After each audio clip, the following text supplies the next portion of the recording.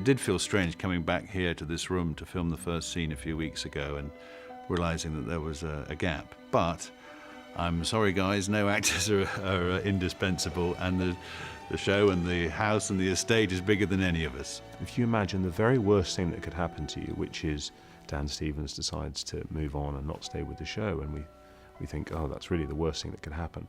The moment you look at it a different way and you spin it around and you say, okay, so Mary can't be with Matthew anymore. If you look at it another way, suddenly you have the best piece of sort of storytelling rocket fuel that you could have. Now we've got a real situation, which is a woman trying to rebuild her life, which has been entirely shattered. The death of Matthew has created a whole new territory of possibility for stories and for Mary. The audience is so invested in the Lady Mary character. They would not accept her meeting some new guy and getting hitched to him halfway through the first episode. It just wouldn't be the right flow. Maybe by episode 3, she's going to be in some situation where a man is going to arrive and find her eligible, even if she's not. And of course the audience want to see, you know, who's next in store, you know. And there are some newcomers. He's going to have to be a pretty top-drawer bloke to convince Robert that this is the right one for the second time around. And the fact that it's Lord Gillingham is on the scene isn't a bad thing, because at least he knows him. The very first audition Tom did, he has a quality and a presence about him that immediately he left the room, I said, ah. We just had to get the chemistry right with Michelle. We did have a meeting and I read on camera with him. He was very different and not an obvious choice. You know, he's a little bit rugged. We talked to Michelle afterwards and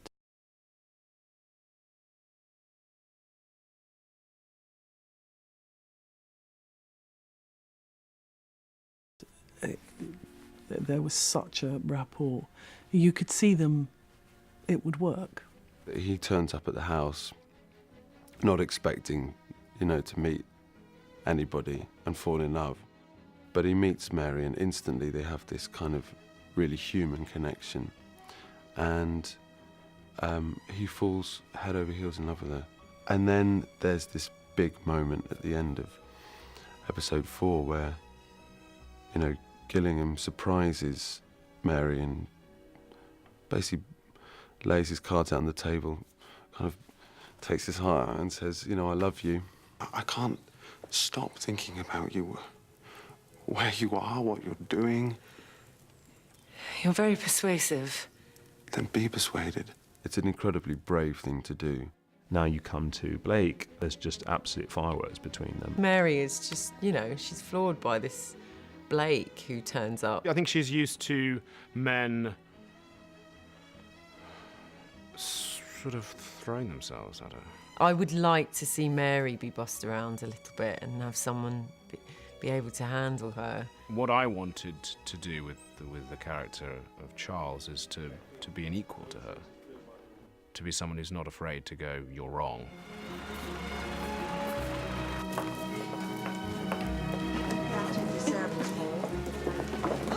Can I help? Stick it under my arm if you can. You're an angel from above. I don't know about that. Do you know where Lord Gillingham's room is? There's a maid on the gallery with a list. She'll show you. See, you've got the answer to everything. And I suspect you have too. Anybody new that comes in seems to fit in extraordinarily well. You know, hopefully we're a friendly bunch. We've got Mr. Green, of course. He's not, you know, not necessarily the nicest character.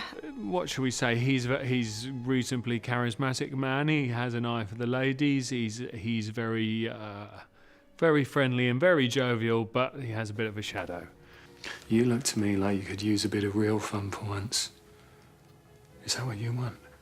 Green is a catalyst for their next story. You know, there's storylines beyond that, and it's a, you know, he changes her life.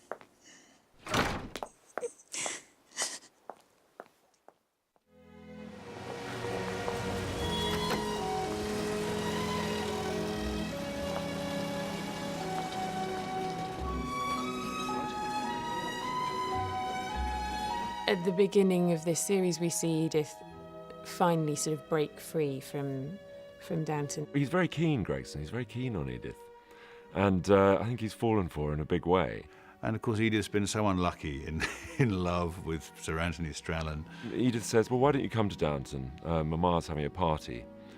And Gregson's not keen. He's not terribly interested, and perhaps it feels a little bit out of place. But when it comes down to it, Robert, as we've seen, is not great with finances. He's even less good with playing cards, and Gregson bails him out, so he's forever grateful.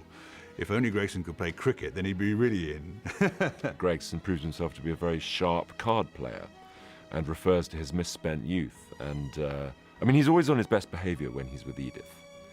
But I think there's quite a lot there that we haven't yet seen, and I think there's probably quite a shady past to Gregson, which is quite appealing, I think. She wants this, as much as it is shocking. She wants to be with Gregson, even though he's married. What's nice about a show like this is that Julian springs little surprises for everybody, and not least for the actors. You read the next script and you go, oh my God, that's new. I didn't know that about my character. So you incorporate these things as you go along. It's lovely when people settle down and are happy, but it's not necessarily the most exciting viewing. So let's hope for a few more bumps along this journey. You think you're so holy, don't you? You're just a cheat, like me. I have won against a card sharp. There is pleasure in that. Jack Ross, at your service. I'm Rose MacClare. How do you do?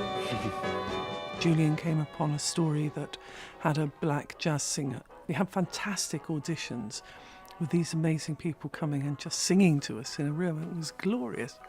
And Gary was very, very standout. I felt like I kind of knew the character of Jack Ross before. Jazz is one of my favourite genres of music anyway. And I knew that the period was 1920s, which I think is a great period for many different reasons. It's very hard for people today to understand how society has changed in relation to race. There used to be a complete division between white, black, and other races. Naturally, a young man with a beautiful voice and a tremendous sense of music and rhythm was bound to be swept up in the jazz period and did extremely well and became famous. And so met with the very highest in society. So what's in a name? Rose hasn't met anyone like that before. No one in Downton has, and she actually says that to him. She says, "I've never met anyone like you." The great thing for Jack is that he's never met anyone like Rose either. And it's really lovely that Rose, just for her, she's very modern in her views, just doesn't even come into it. I think what's great about Jack is that he's not a victim, which is usually the route a lot of shows go down when we're dealing with like people of colour in the 1920s or around that time. Jack's story, in a sense, doesn't work out, but not because of any fault of his, and not really because of any fault of anyone, except for the society that he's operating in, which is at fault. And the purpose of Downton Abbey covering this story is to point out just how far this nation has now come, because I think it's almost difficult for people to understand. It is wonderful that we've changed, but my goodness, there was no tolerance for the idea that people would cross not only the class divide, that was between white and white, but through the race divide, which was also a class divide. That was extraordinary. Whenever April showers come along,